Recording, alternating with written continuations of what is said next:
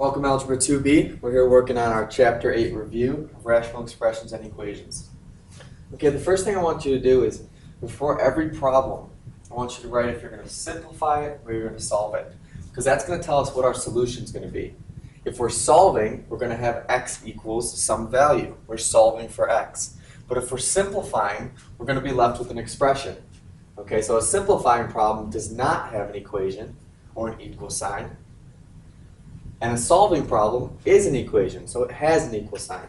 Okay, so I'm only going to pick a few of these to do, but what I'm always going to do right off the bat is I'm just going to write whether I'm simplifying or solving. So let's start with number one. I'm simplifying, so I'm going to have an expression as my solution, and you'll see that. Okay, so first things first, I'm going to factor the numerator and denominator. Okay, I'm going to do it a little this way because I don't have much space in here. Okay, so if I move to the right, I'm going to factor it as x plus 5 times x minus 3 all over x plus 4 times x minus 3 plus 5. Okay, we can reduce the x minus 3's, which reduce just to 1. So now down here I have x plus 5 over x plus 4 plus 5.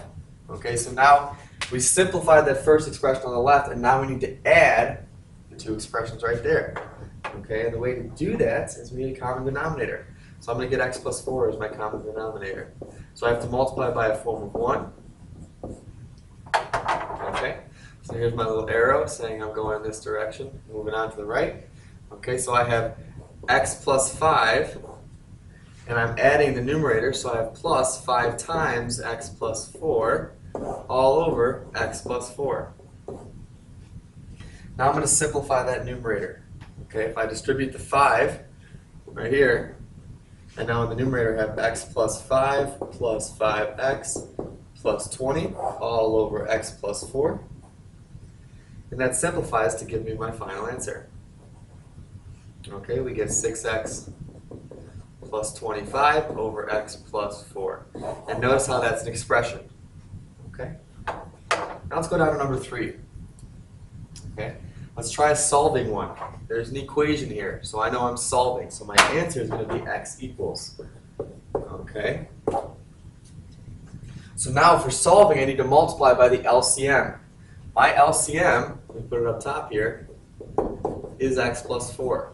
It's the least common multiple for the denominator. So if I multiply this whole thing by x plus 4, you'll see that if I distribute it to each term in this equation, this denominator will reduce, this denominator will reduce, and this will distribute to the whole 10. So I'm left with 2 plus 3 equals 10x plus 40. And now it's in a much more simple equation. Okay? Combined terms on the left gives me 5 equals 10x plus 40. Subtract my 40, I get negative 35 equals 10x.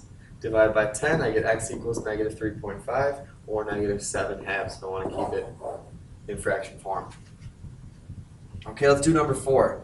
Again, it's an equation, so we need to solve it. Okay, so we're going to have x equals.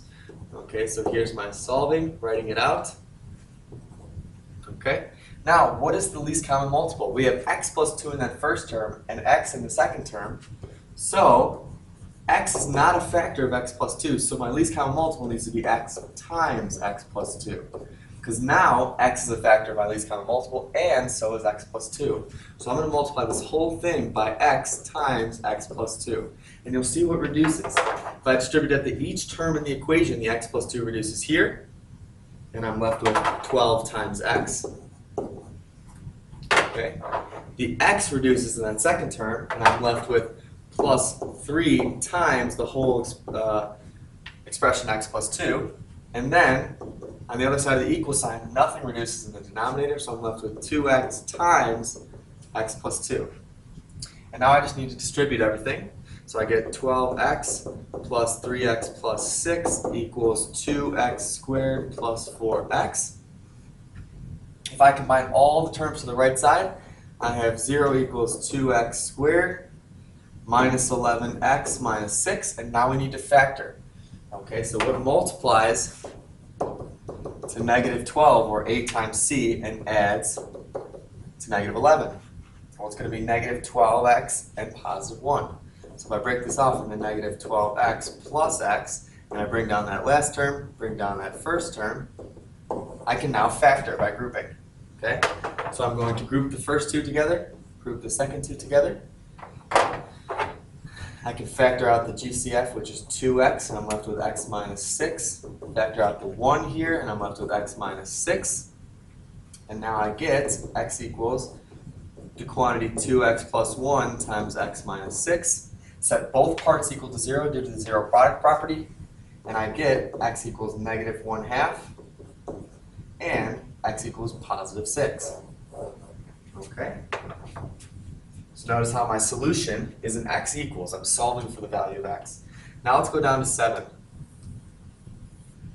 Okay, and the reason why I chose 7 was because it was another simplified problem, first off. And because there's a lot going on here. There's division and addition.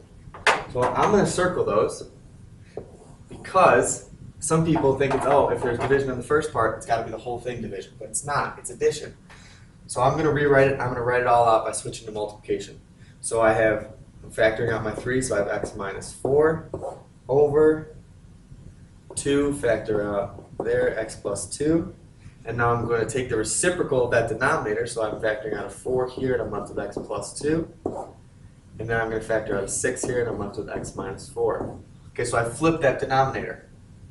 Okay, plus 5x plus 1. And that plus is huge here, so I'm going to circle it again, just to remind you we're adding. Okay, now I'll start reducing. X minus 4, reduce, reduce. X plus 2, reduce, reduce.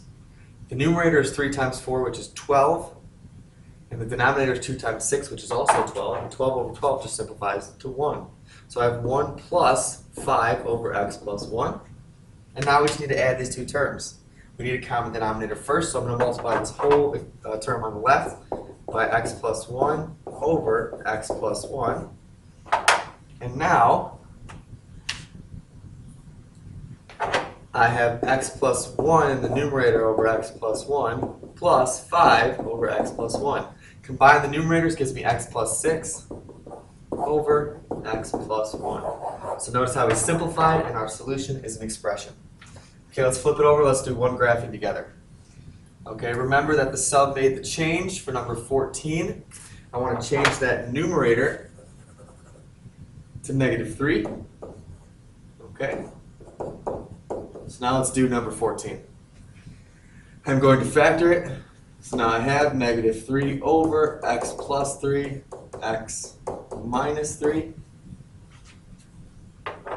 Okay? And now let's start solving stuff. Remember, we're not dealing with x-intercepts. You're going to get a table. Okay, so for this table, I chose, we're going to be plugging in negative 4, 0, and positive 4. So let's start looking for holes. Does anything reduce? It doesn't, so we do not have a hole. What about vertical asymptotes?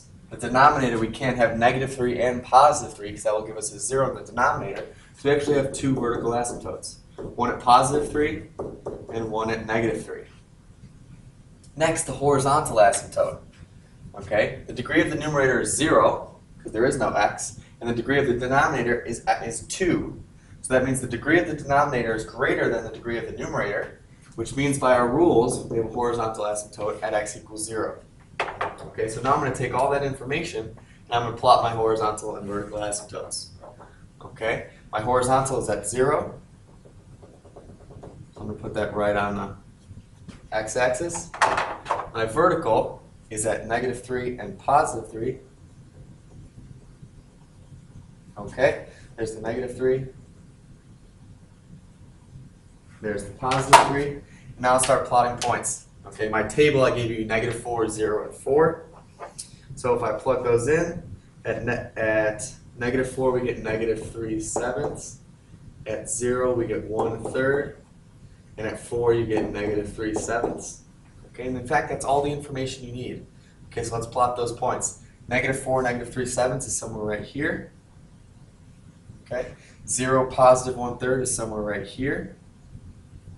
And then 4, negative 3/7 is somewhere down here. Now it looks like we don't have enough information, but remember, It's going to be switching off in the sense that this graph is down here in between those vertical and horizontal asymptotes.